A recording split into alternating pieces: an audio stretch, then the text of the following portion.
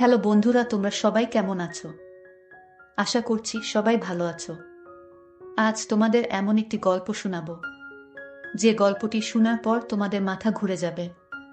তাহলে মূল গল্পটি তোমাদের সাথে শেয়ার করি। আমার স্বামী কয়েকদিন ধরে রোজ সময় পেলেই জানালা খুলে নিচে পাশের বাড়ির উঠানের দিকে তাকিয়ে থাকে। প্রথম প্রথম আমি সেটাকে স্বাভাবিক ঘটনা বলে মনে করে ব্যাপারটা খুব একটা আমলে নিইনি। কিন্তু সেটা যখন আমার চোখের সামনে ঘন ঘন হতে লাগলো, তখন আর নিজের কৌতূহল চেপে রাখতে পারলাম না। খুব জানার ইচ্ছে হতে লাগলো ঘটনাটা আসলে কি। আমার স্বামী আশরাফ নিচে তাকিয়ে পাশের বাড়িতে কি এমন জিনিস অমন অপলক দৃষ্টিতে তাকিয়ে দেখে, তা জানতে স্বামীর বিরুদ্ধে আমি তলে তলে গোয়েন্দাগিরি শুরু করলাম। কখন সে জানালার সামনে গিয়ে দাঁড়ায় তাই লক্ষ্য করতে থাকলাম। ইচ্ছে আছে ঠিক তখনই গিয়ে তাকে জিজ্ঞেস করব, কি দেখো অমন করে। এরপর থেকে দুদিন ধরে সে অফিসের কাজে অনেক ব্যস্ত হয়ে পড়ল। তার জন্যই হয়তো জানালার কাছে যাওয়ার সময় পাচ্ছে না সে। আমি যে তাকে নজরে রাখছি তা কিন্তু মোটেই বুঝতে দিলাম না। সেও এই সম্বন্ধে কিছু আন্দাজ করতে পারল না। এ বাড়িটা 3 তলা আর পাশের বাড়িটি হাফ বিল্ডিং, টিনের চৌচালা বিশিষ্ট ঘরবাড়ি। মাঝখানে মোটামুটি ভালোই বড়সড় একটা কাঁচা উঠোন। সেখানে প্রায়ই আমি দেখতে পাই বিভিন্ন ঘরের ভাড়াটিয়ারা বসে গল্প করে সময় কাটায়। শীতের দিনে ভাড়াটিয়াদের বউ ঝিয়েরা ঘরের বাইরে এসে উঠানে রোদ পোহাতে বসে থাকে। 3 তলা থেকে তা ভালো করেই দেখতে পাওয়া যায়। পাশের বাড়ি হলেও এ বাড়ি ও পাশের বাড়ির মধ্যে রাত আর দিন তফাত। ওখানে সব নিম্নবর্গের মানুষ বসবাস করে, আর এখানে সমাজের উঁচু শ্রেণীর মানুষ। যার পর নাই তাদের ও আমাদের সমাজ এক হলেও অঘোষিতভাবে তা আলাদা। নয়তো এ বাড়ির সবাই পাশের বাড়ির মানুষদের এড়িয়ে চলতেই বেশি পছন্দ করে। এ বাড়ির মানুষ ও বাড়িতে যায় না বললেই চলে। কিন্তু ও বাড়ির অনেক ভাড়াটিয়া ঠেকাবে ঠেকায় এ বাড়িতে মাঝে মাঝে আসে। আর পাশের বাড়ির মালিক তিনি থাকেন ঢাকায়। তিনি অবশ্য এ বাড়ির মালিকের অনাত্মীয় হলেও আত্মীয়ের অধিক অধিকার রাখেন। সপ্তাহ খানেক পরে হঠাৎ করে একদিন আমার সামনে সুযোগ এসে গেল। আশরাফকে দেখলাম জানালার কাছে দাঁড়িয়ে আছে। সেই অবস্থায় তাকে দেখে কাছে গিয়ে জিজ্ঞেস করলাম, কি গো, তুমি নিচের দিকে তাকিয়ে প্রতিদিন কি দেখো? আমার স্বামী স্বাভাবিকভাবে বলে, কই কিছু না তো। আমি তার কথা বিশ্বাস করতে পারলাম না। পুরুষ মানুষের চোখ দুটি কিসের দিকে বেশি আকৃষ্ট হয় তা তো আর আমাকে কারো বলে দিতে হবে না। আমি তা ভালো করেই জানি। তাই স্বামীর সরল কথা আমি এত সহজে মেনে নিতে পারছি না। অবশ্য পাশের বাড়িতে অমন কেউ নেই যে আমাকে টেক্কা দিতে পারে। আর ওরা তো অনেক দিন ধরেই সেখানে আছে। আগে তো কখনো এমন স্বভাব ছিল না আমার স্বামীর। তবে হঠাৎ করে কি এমন দেখার জিনিস গজালো সেই বাড়িতে, তা আমাকে জানতেই হবে। মনে মনে ভাবলাম, নিশ্চয়ই নিচের সেই বাড়িতে দেখার মতো কিছু একটা অবশ্যই আছে। নইলে প্রতিদিন সে একই রুটিন মেনে চলছে কেন? সেদিন থেকে আমার স্বামী জানালার কাছে কম যায়। আমিও তাই সবসময় একটা চোখ সেদিকেই রাখি। কিন্তু এখন আর ওকে জানালার কাছে বেশি যেতে দেখি না। বুঝতে পারলাম বোকামি করে ফেলেছি। জিজ্ঞেস না করে পিছনে দাঁড়িয়ে উকি দিয়ে দেখলেই সব আমার কাছে পরিষ্কার হয়ে যেত। এখন আমার স্বামী নিশ্চয়ই সাবধান হয়ে গেছে। তাকে ধরা এখন কি আর আমার পক্ষে এত সহজ হবে? জানি সেই রকম কিছু হলে মোটেই সহজ হবে না। কিন্তু আমিও হাল ছাড়বার পাত্রী নই। বিয়ের পরে মা আমাকে পৈপি করে বলে দিয়েছেন, শোনো মা, পুরুষ মানুষকে কখনো চোখের আড়াল করতে নেই। তবে দেখবি কই না কই গিয়ে একটা না একটা অঘটন ঘটিয়ে ছাড়বে। মায়ের কথাটি কিন্তু আমি কখনো ভুলি না। এই পুরুষ মানুষগুলো বড়ই অদ্ভুত, কখন কি করে বসে তার কোনো গ্যারান্টি নেই। তাই আমিও ভালো মতো সাবধানে থাকি। স্বামীকে যথাসম্ভব চোখের দৃষ্টিতে বেঁধে রাখার চেষ্টা করি। একদিন আমার স্বামীকে বললাম, টুকিটাকি কিছু জিনিসপত্র কেনার দরকার, চল মার্কেটে যাই। আমার স্বামীর শরীর ভালো নয় বলে আমাকে একাই মার্কেটে যেতে হলো। তাই বাধ্য হয়ে তাকে ঘরে রেখে মার্কেটে গিয়ে এটা সেটা কিনে তাড়াতাড়ি ফিরে এসে দেখি ঘরের দরজা খোলা। আমিও আর ডাক না দিয়ে আস্তে আস্তে ঘরের ভিতর প্রবেশ করলাম। এদিক সেদিক খুঁজে তাকে সন্দেহ করা জায়গায় গিয়ে খুঁজে পেলাম। জানালার শিক ধরে পাশের বাড়ির দিকে অপলক দৃষ্টিতে তাকিয়ে আছে সে। আজ আর আগে সেই ভুল করলাম না। চুপিসারে তার পিছনে গিয়ে নিচে উকি দিয়ে দেখলাম দুজন দুজনের দিকে অপলক দৃষ্টিতে তাকিয়ে আছে। আরে পাশের বাড়ির উঠানের মাঝখানে দাঁড়িয়ে আছে। আমি আসার সাথে সাথেই সে পালিয়ে গেল। আর আমার স্বামী তার দিকেই অমনভাবে তাকিয়েছিল। বাহিরে কি ছিল, মানুষ না অন্য কিছু, তা আমি কখনোই দেখতে পারিনি। আর একটু আগে এলে হয়তো দেখতে পেতাম। আমি মনে মনে ভাবলাম কি ভুল করেছি, আর একটু আগে এলেই সব পরিষ্কার হয়ে যেত। কিন্তু আজ আর সেই সুযোগ হয়নি। হঠাৎ একটা দৃশ্য দেখে আমার মাথাটা চক্কর দিয়ে উঠল। আশরাফের গায়ে পড়ে যাচ্ছিলাম প্রায়, কিন্তু জানালার শিক ধরে নিজেকে সামলিয়ে নিলাম। তাই দেখে আশরাফ চমকে উঠে জিজ্ঞেস করে, তুমি কখন কোনো সময় এলে? দরজাকে খুলে দিল। আমি বললাম, তুমি কোনো কথা বলবে না আমার সাথে? নিচে তাকিয়ে দেখলাম নিচের উঠানে এখনো নির্লজ্জের মতো জানালা দিয়ে তুমি কি এমন দেখছ? তার চোখে মুখে ভয়ের ছাপ স্পষ্ট দেখতে পাচ্ছি আমি। ওদিকে তাকিয়ে চোখের জল ফেলে বললাম, জানি না তিনি শুনতে পেলেন কিনা, তবে আমার মুখ ও বলার ভাব দেখে নিশ্চয়ই বুঝতে পেরেছেন। আমি তাকে সন্দেহ করা শুরু করলাম। আমার মন থেকে কিছুতেই সন্দেহর ভারটা সরাতে পারছি না। সেখানে সন্দেহ ছাড়া কিছুই ছিল না আমার। আমার স্বামী আমাকে অনেক বোঝানোর চেষ্টা করলেন, কিন্তু আমি তার কোনো কথা শুনতে রাজি হলাম না। সেদিন থেকে 1 সপ্তাহ ধরে দুইজন 2 রুমে থাকি। স্বামীর সব কাজ নীরবে করে যায়, কিন্তু কথা বলতে মন চায় না। ভাবি আমার স্বামীর এমন স্বভাব, আমি কখনো স্বপ্নেও তা ভাবতে পারি না। আমি আমার স্বামীকে অনেক ভালোবাসি। সে মানুষটা মোটেও খারাপ নয়, হয়তো চোখের নেশায় পড়ে গিয়েছিল। কিন্তু জানালা দিয়ে আমি তো কিছুই দেখতে পেলাম না। তাহলে আমার স্বামী জানালা দিয়ে কি এমন দেখে? আমার সন্দেহ মনে লেগেই থাকলো। এখন আর কতদিন ধরে জানালার ধারে কাছেও যায় না সে। হয়তো নিজের ভুল এখন সে বুঝতে পেরেছে।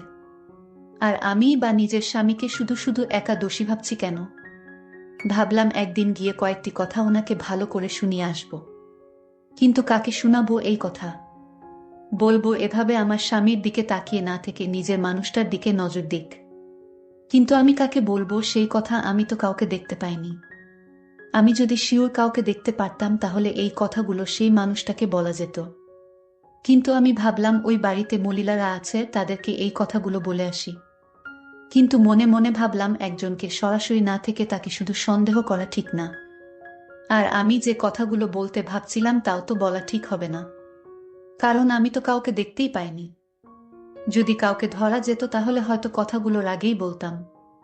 যাই হোক, আমি আমার স্বামীর সাথে ঝগড়া করলাম, কিন্তু যেতুতুক সরাসরি কাউকে দেখতে পাইনি, সেহুতুক স্বামীর সাথে ঝগড়া করার কোনো মানে হয় না। আমি ভাবলাম যেদিন নিজ চোখে দেখতে পারবো সেদিন হবে বোঝাপড়া। আজ মনে মনে সিদ্ধান্ত নিলাম স্বামীর সাথে ঝগড়া মিটিয়ে ফেলব। তাই আয়নার সামনে দাঁড়িয়ে নিজেকে গুছিয়ে নিলাম। আশরাফ বসে বসে টিভি দেখছে।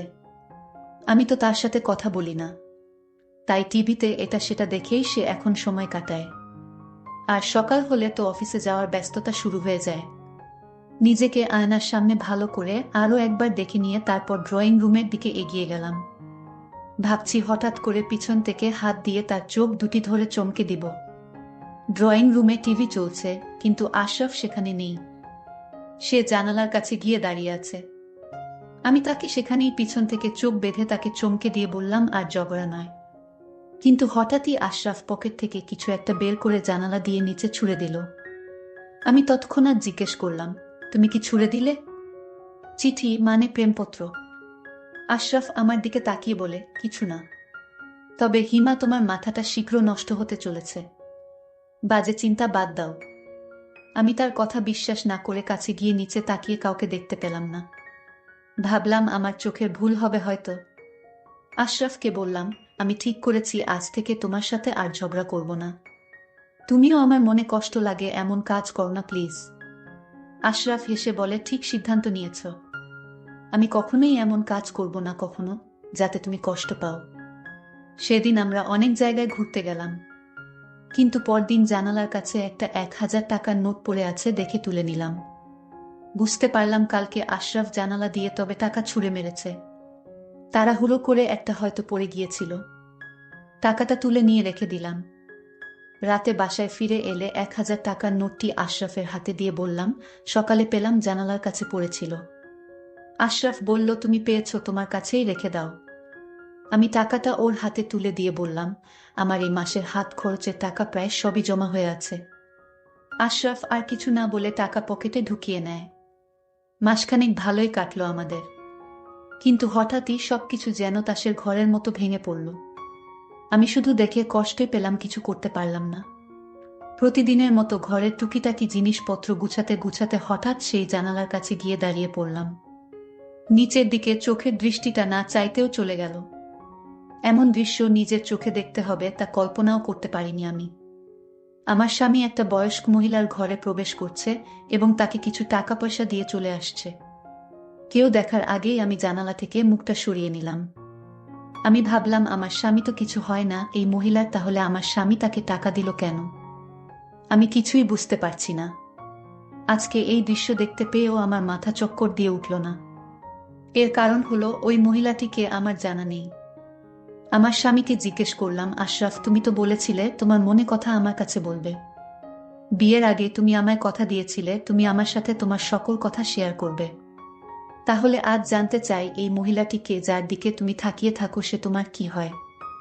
আমি আমার স্ত্রীকে বললাম, আমার প্রতি তোমার বিশ্বাস আছে, যদি থাকে তাহলে এই প্রশ্ন আমাকে আর দ্বিতীয়বার করবে না। কেন করব না? আমাকে তোমার বলতেই হবে উনি কে, ওনার সাথে তোমার কিসের সম্পর্ক? এই কথা বলার সাথে সাথেই আমার স্বামী আমাকে একটি জোরে চড় মারে। আমি চোখের পানি ধরে রাখতে পারিনি। আমি কান্না করতে লাগলাম।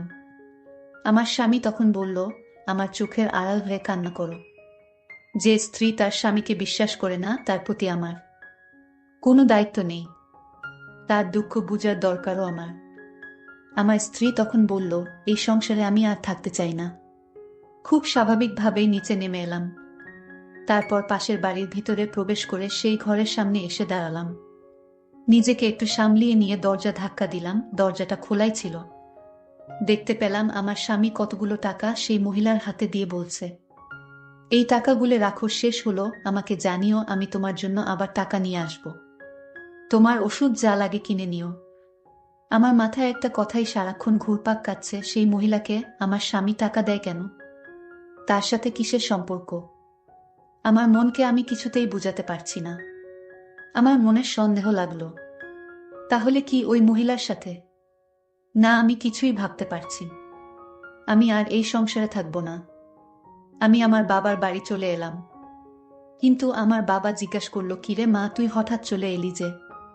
আমি বললাম, বাবা, আমি আর আমার স্বামীর বাসায় যাব না। আমি আমার স্বামীকে ভুলে যেতে চাই। বাবা আমায় বলল, কি হয়েছে মা, আমায় বলো দেখি সমাধান করা যায় কিনা।